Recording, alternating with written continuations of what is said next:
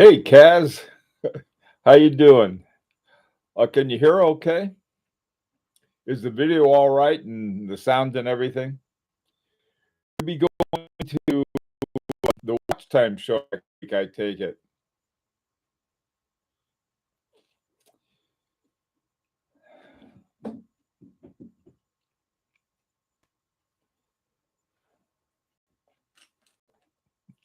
It's time. You're right.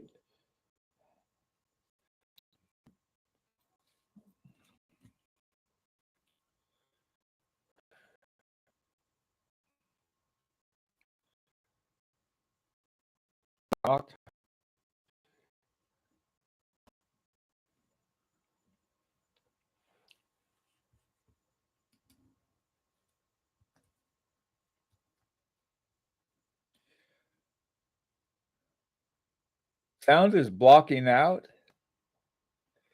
We'll see you there, Kaz. Um, hmm. Sorry about the sound. I don't know what to do about that. Let me see. Um, Graham, is it still is the sound still a problem? Hi, Brian.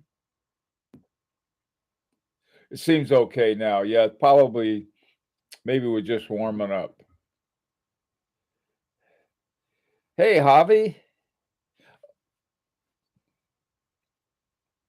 Great. I wonder what it was. You never know. Hi, Coach Bob. Watch Mike. In from Arizona. How are things in Arizona? I had a colleague. In fact, a colleague and I had written a book together, and he moved to Arizona, much to my dismay. Great colleague. Um, Hi, Donald.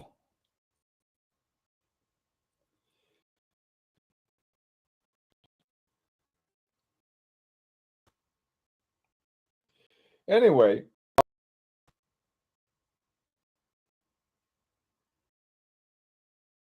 I need that in Arizona.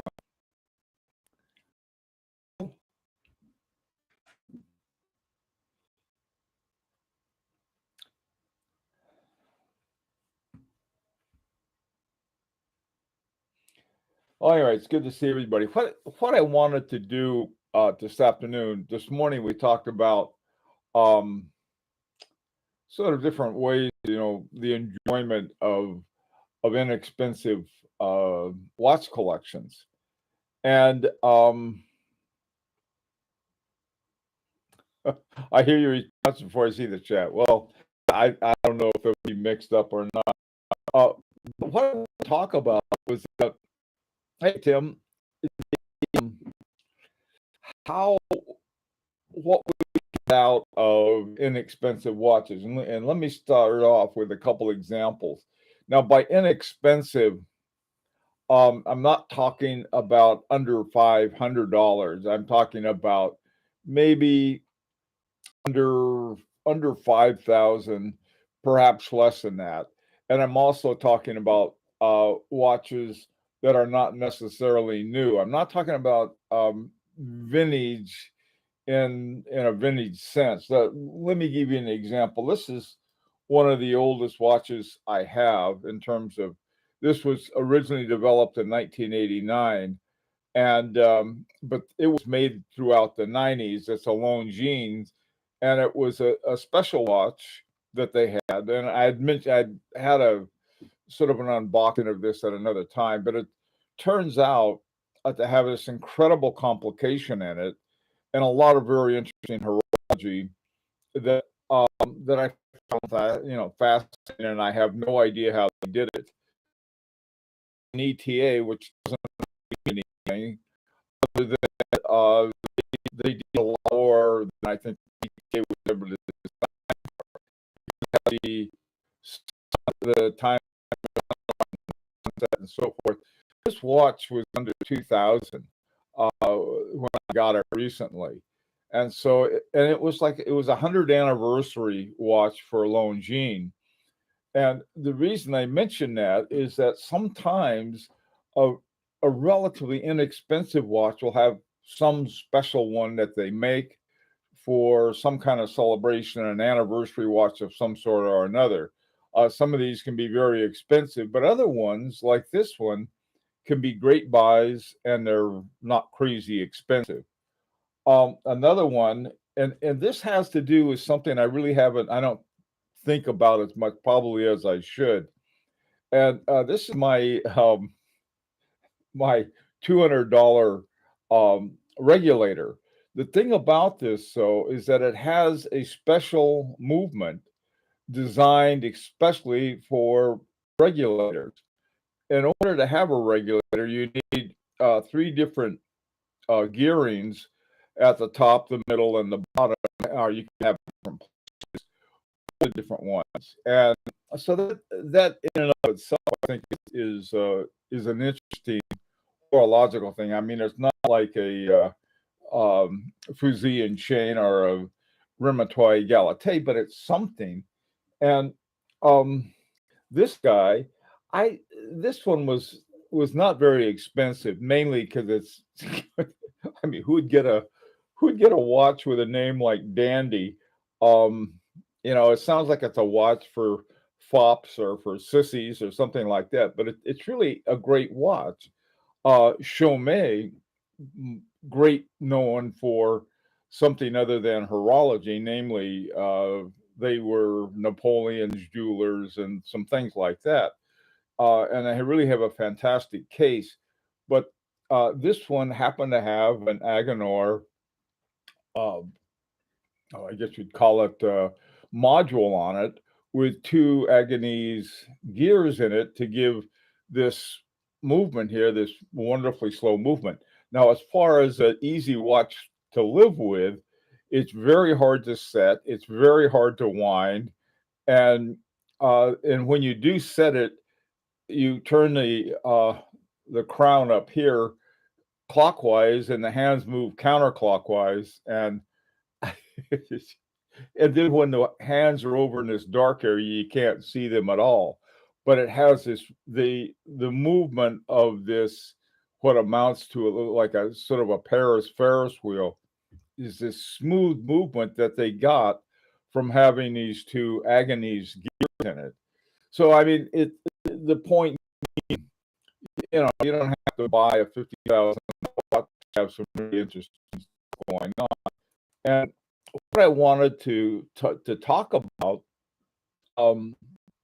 is what other, for example, in a or in a Seiko, or in one of the less Tissot, or some of the other ones.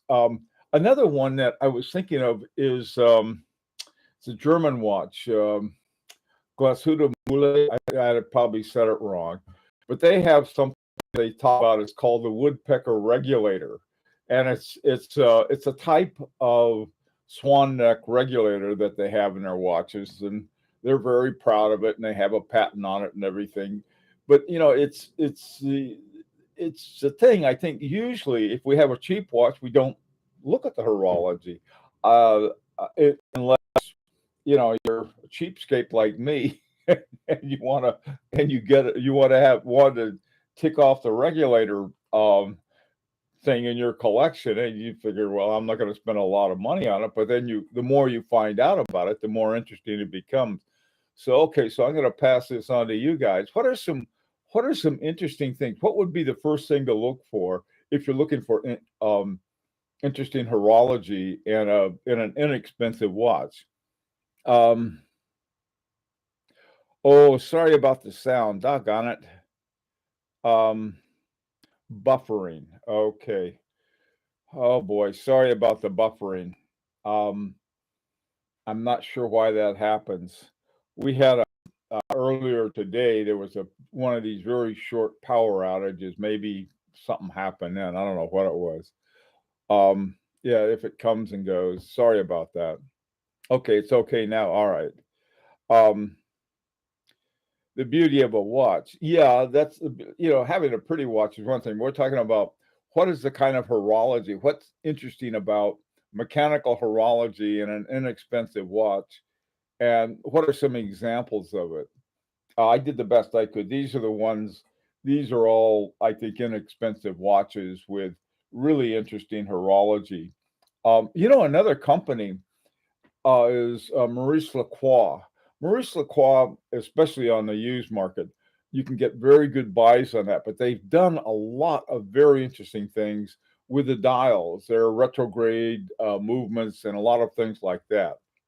Hi, Mark.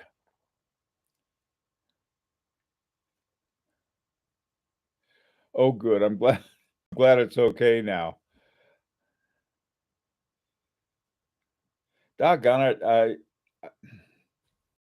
I turned everything off except this, except for the video, and so I don't know what it is. But it's one of those things. If it's okay now, it's great. So let's have some ideas from you. I don't think typing is affected by the buffering. Hi, Roar the Tiger. Yeah, it's intermittent. Nah, rats. Let me see if it affects.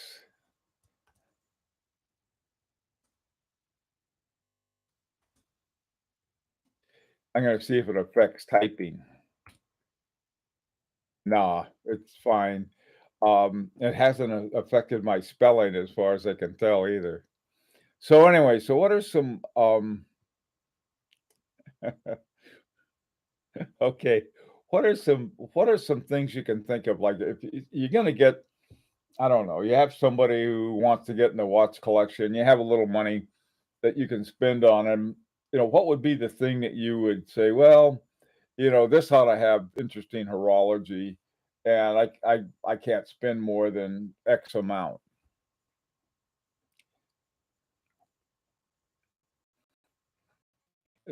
That's always your answer. Get a drink. Hey, Junior.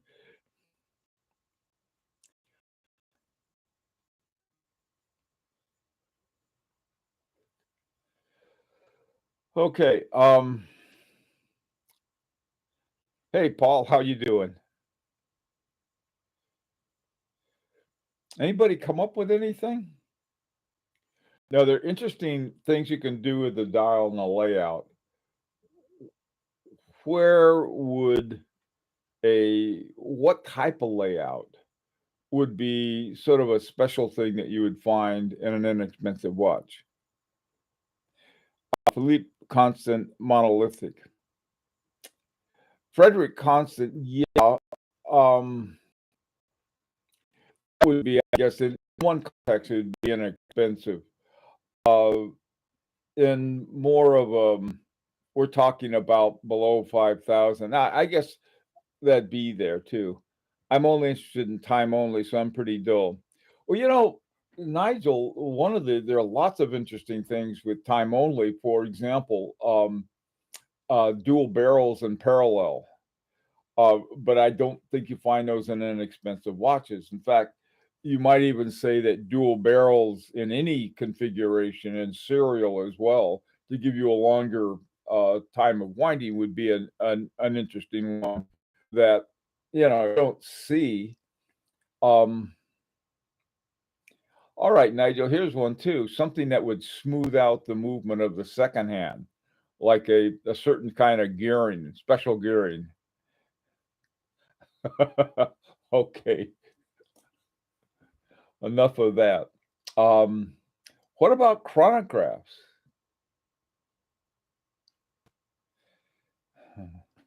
What about chronographs?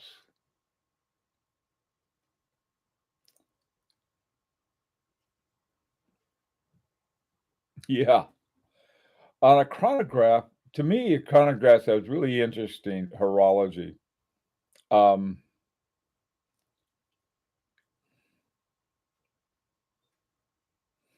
Mark, uh, below 5K, interested in water resistance. Mark, I'm afraid you would drown one less than 5K on purpose. You'd put it in a canvas bag and throw it over a bridge. No, we're talking about horology. That's something.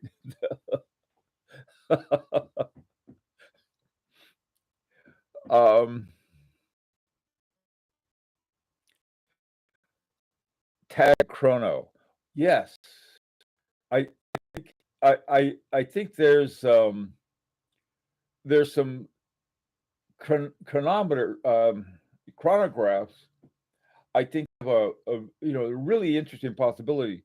Does anybody know of or have a really inexpensive chronometer, something that's been tested for chronometer quality, that is one of the really low cost ones that you can think of? There's like Orient, or I guess a sort of a like a, what are they? A Prospect, a Seiko Prospect, sort of one of the lower priced ones of those. Are any of those chronographies? Once again, Alone Jeans, hard to get my glasses on. L707.2 has a retrograde second. Okay, around 2,700 quid. And that would be brand new. That sounds like something. One of the things that have are, to me, that are really great deals are some of the ones that don't have a high resale price. Okay. Remember, the value doesn't change, but the price can change. And so if you could find one like this one, uh, it keeps incredibly good time. And this is a secondhand loan jeans, under 2,000, and not much under, but around that thing. Now, I don't know what they cost brand new, especially back in '89. But um, and I for some reason this one doesn't have a sense of a vintage to it, other than the fact that the case is 37 millimeters. But I think that I what I'm trying to discover, I think, is something so that people who want to collect lesser expensive watches can find something that's sort of interesting to look into and find out more about as a collector. Um, yeah, so those grams that's a great example. That's really funny. Other than this one Lone Jeans, I know almost nothing about Lone Jeans. If anybody is thinking of getting a Lone Jeans or has one, let me tell you, the Lone Jeans um, Facebook group, great group of people, really great, really very helpful on everything. My Siegel 1963 for under 300 is one of the best. It is. I agree, Junior. That it has a really interesting history to it. The Siegel 1963.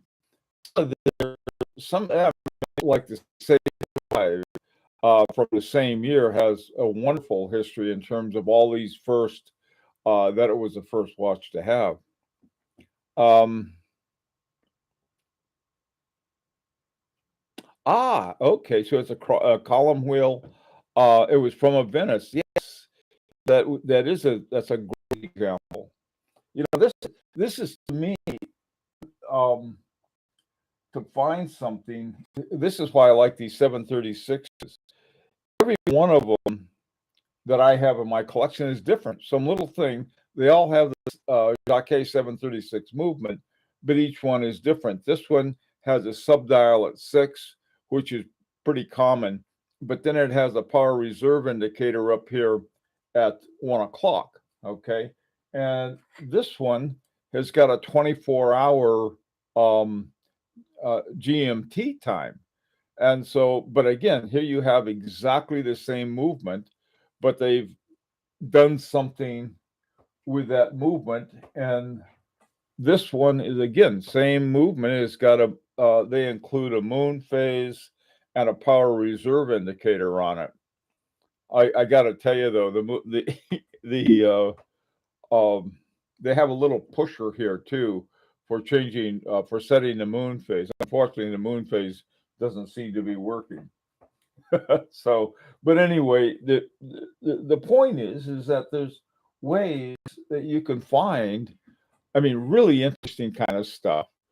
In these expensive ones, but I think that the important thing is not to look for the cheap watch, but rather look for some kind of feature to it, like a chronometer, or a chronograph, and then find the cheapest one you can find.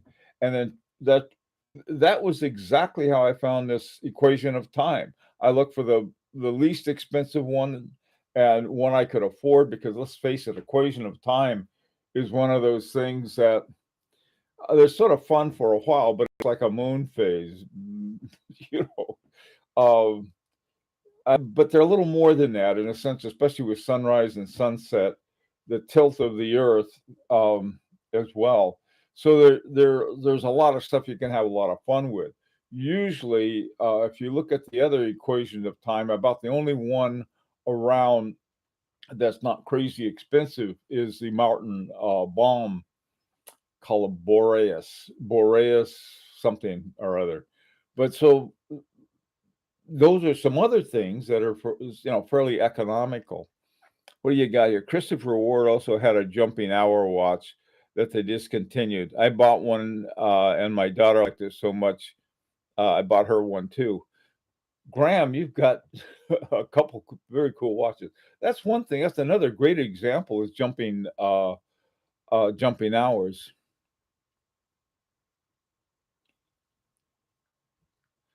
Ah, okay. Well, listen, Nigel, my this one is only 37 millimeters, so it's not too big. Hey, Tiger. Okay, Roar the Tiger and Junior both have minds that think alike. Put it that way. All right, what are some other functions? There seemed to be the reason I'm thinking of that. It's sort of like looking for ways to have fun with a watch. uh, Suddenly, there was a program on called Big Bang Theory, and they used this one guy had a video on fun with flags. This is something like that, except it involves um, inexpensive mechanical watches. Um, just a look, 60 marks on both bezel and dial, larger 12 marks.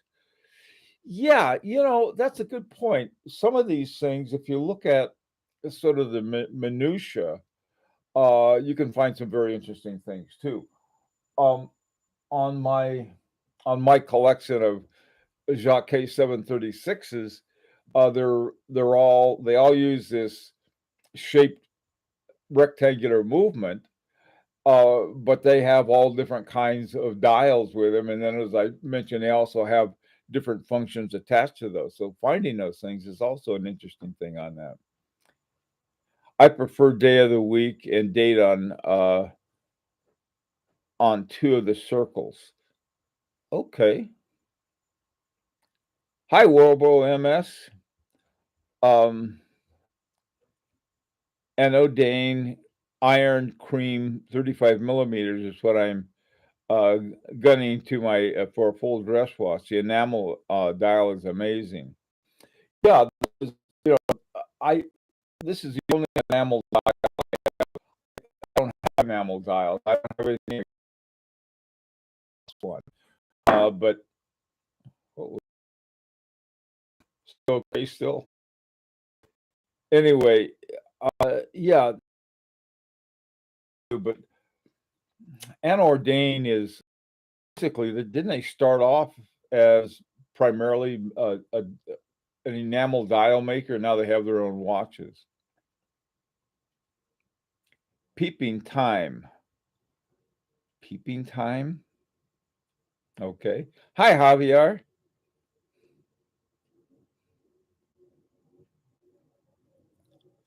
Oh, sound and video gone again. Doggone it.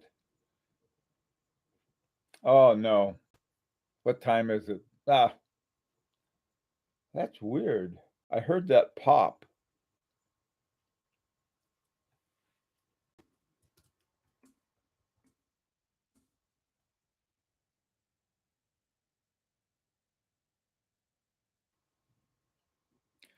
Audio, PP Tom, audio quality is trash. What a terrible thing to say. Internet, no video. That pop sound I heard, because I heard the thing go, but my, it's a relatively new monitor, and hmm, wonder what it was. It's okay now? No? All right. I think it's just improved because there's no video. Is there any way you can put a proper orphan, a poor orphan like me, in your will? Okay, Blake. The video freezes at times. Okay. Doggone it. Video was blurry. I'm looking better all the time. Oh, gee, what happened, I wonder?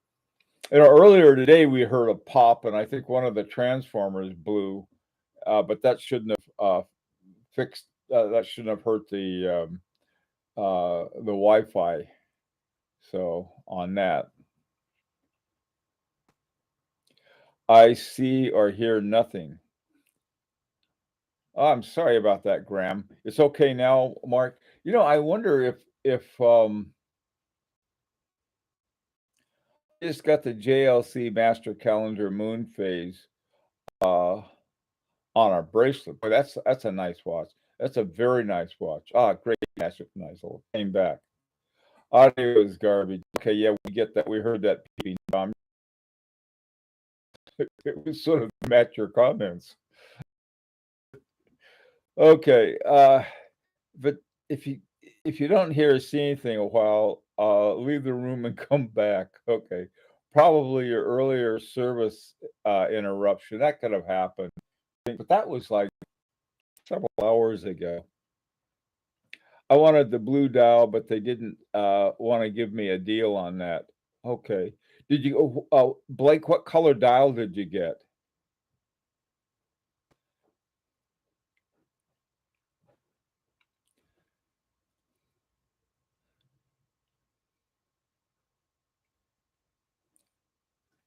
The Gratz on the white. I like white dials the best anyway.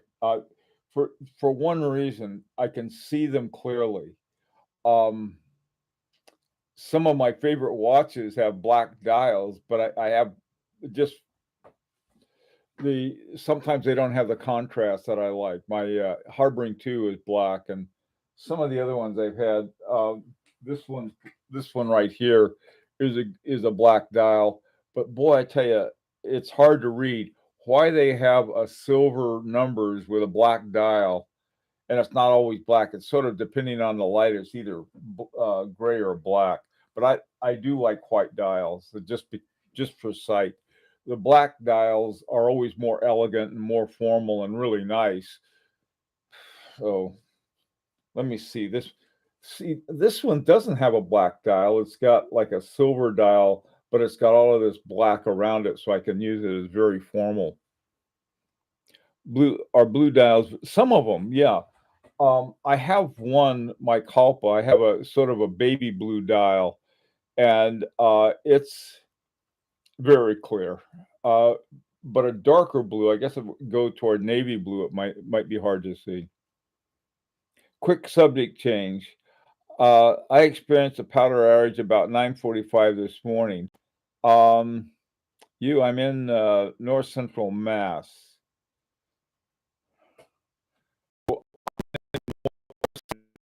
So maybe sort of went up the Connecticut River Valley. That whole thing that goes all the way up into Massachusetts. Who knows what it could be? I think visibility is more from the hands and the dial color. Yeah, it could be either one. I sometimes I swear designers aren't thinking; they're thinking about their design and not about the functionality of it. Blue dials are beautiful but hard to read. I love them, but with the calendar you can't read anything. Yeah, I'm with calendars, man. I tell you, unless the calendar's got a great big window, I have um, Urban Jurgensen, and it has a sort of a creamy white dial to it, and then it's got a little date window at 3 o'clock, and oddly enough, it's very visible, and I don't know how they did that with it because it's not that big.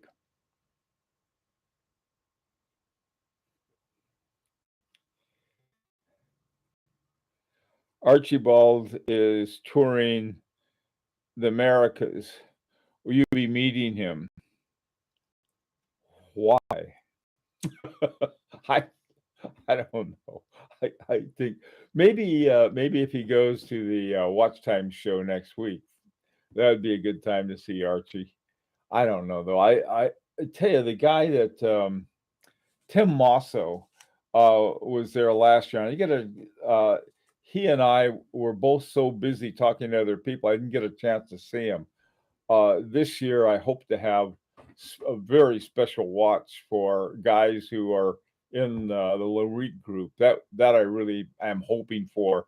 They sent it from Geneva, I think yesterday or day before yesterday, and I've been following it. There's nothing worse than following a FedEx package because there's going to be some point that'll say exception. That drives me crazy. Yeah, a rancher's going to be. Um,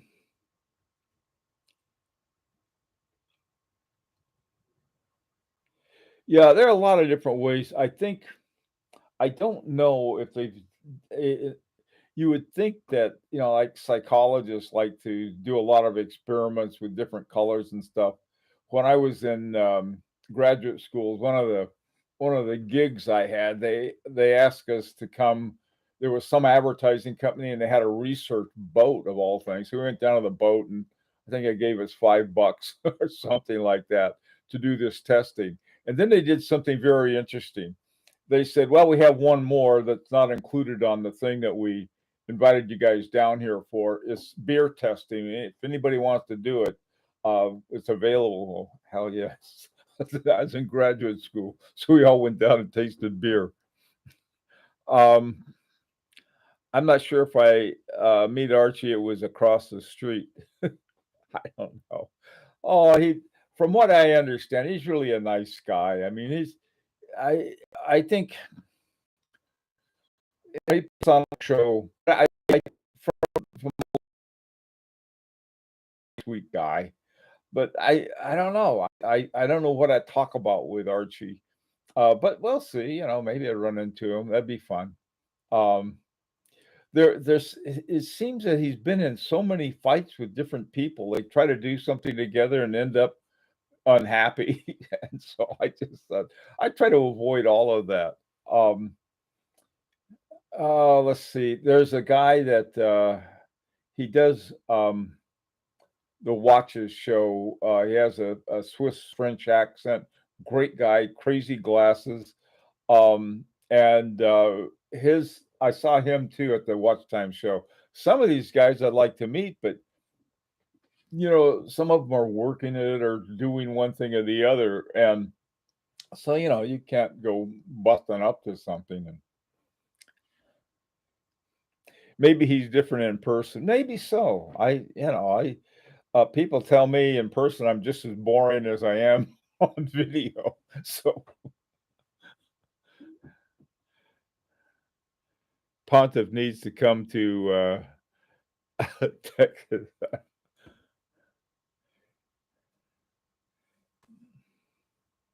The thin line would be a bit greener. Okay.